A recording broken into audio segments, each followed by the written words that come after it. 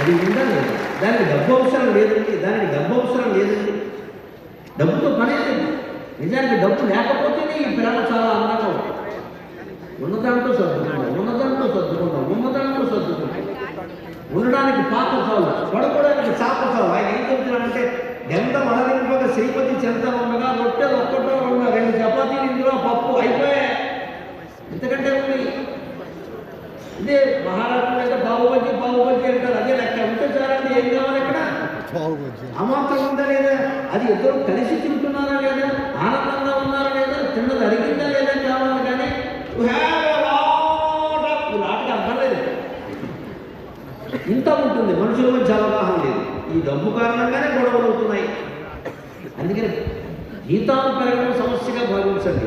ఉన్న జీతంలో ఆనందంగా ఉన్నామా లేదా అని ఆలోచించండి. మీ ఉద్యోగం బాగుంటుంది, మీ సంసారం బాగుంటుంది, అన్నీ బాగుంటాయి. మీ పని బాగుంటే జీతం పెంచుతారండి. వారి అవసరం మీకుంది, మీ అవసరం వారికి ఉంది. అది పెద్ద సమస్య కాదు. కానీ మనం బతుకుని ఈఎంఐల బాధపడకుండా మరో మాట చెబుతా ఘాటుగా, ఈఎంఐ అంటే ఎవడి మాసికం వాడే పెట్టుకోవడం. ఈ అంటే ఎవడి, ఎం అంటే మాసికం, ఈ ఐ అంటే ఇంట్లో, అంతే లెక్క. పోయిన వాడే వాడి మాసికం వాడి పెద్ద కొడుకు పెడతాడు. మనం బతుకుండగానే మాసికం పెట్టుకుంటాడు. ఎందుకంటే నువ్వు 1వ తారీఖు రాగానే నువ్వు పొద్దున మొహం కడుక్కుంటుంటే ఓ మెసేజ్ ఇస్తుంది, your package 2 lakhs credit in your account అన్నావు. బ్రష్ నోట్కొని బయటకు వచ్చి వెంటనే 5 నిమిషాలకి హోమ్ లోన్ 50,000 కట్స్, ఇంకో 5 నిమిషాలకి సోఫా లోన్ 5,000 కట్స్,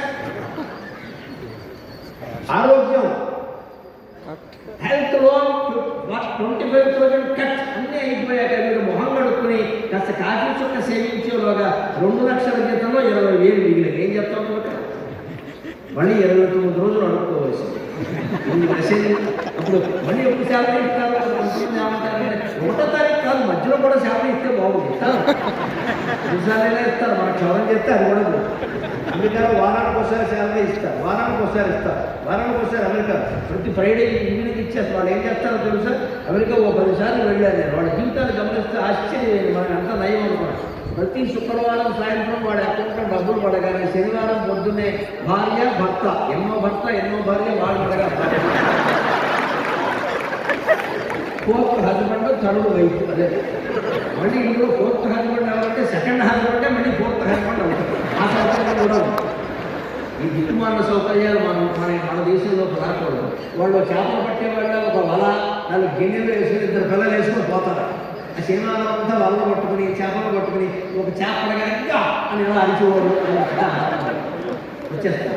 మళ్ళీ సోమవారం ఫ్రెష్గా ఉద్యోగం చేసుకోకపోతే జీతం లేదు. ఇవాళ అమెరికా ఎదుర్కొంటున్న ఆర్థిక సంక్షోభం ఎందువల్ల వచ్చిందో తెలుసా?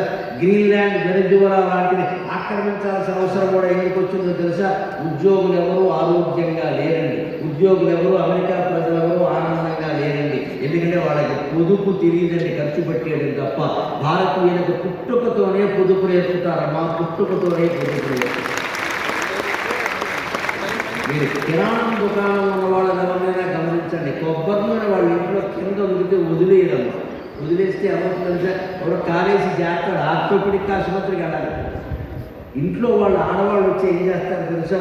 నూనె లక్ష్మీదేవి అలా వదిలేయకూడదు అని పేరుతో ఇలా తీసుకుని తనకి రాసుకోకూడదు కాబట్టి ఒంటికి రాసుకుంటారమ్మా. ఆ నూనె సద్వినియోగం చేస్తారు. పొదుపు అంటే అది దట్ ఈజ్ ఇండియా. ప్రతి పదార్థాన్ని, ప్రతి దాన్ని పొదుపు చేయాలి ఖచ్చితంగా. పొదుపు చేస్తే నీ జీవితం అంతా ఆనందంగా ఉంటుందండి. వద్దనేదే ఉంది కదా. అంటే అప్పు చేసి పప్పు కూడా తినడం పద్ధతి కాదండి. ఏదో ఒక రకంగా మన జీవితాన్ని మనం నిలబెట్టుకోవాలి. ఇంకొక మాట చెప్తున్నా, 5 నిమిషాల్లో మనం సెలవు చేస్తాం.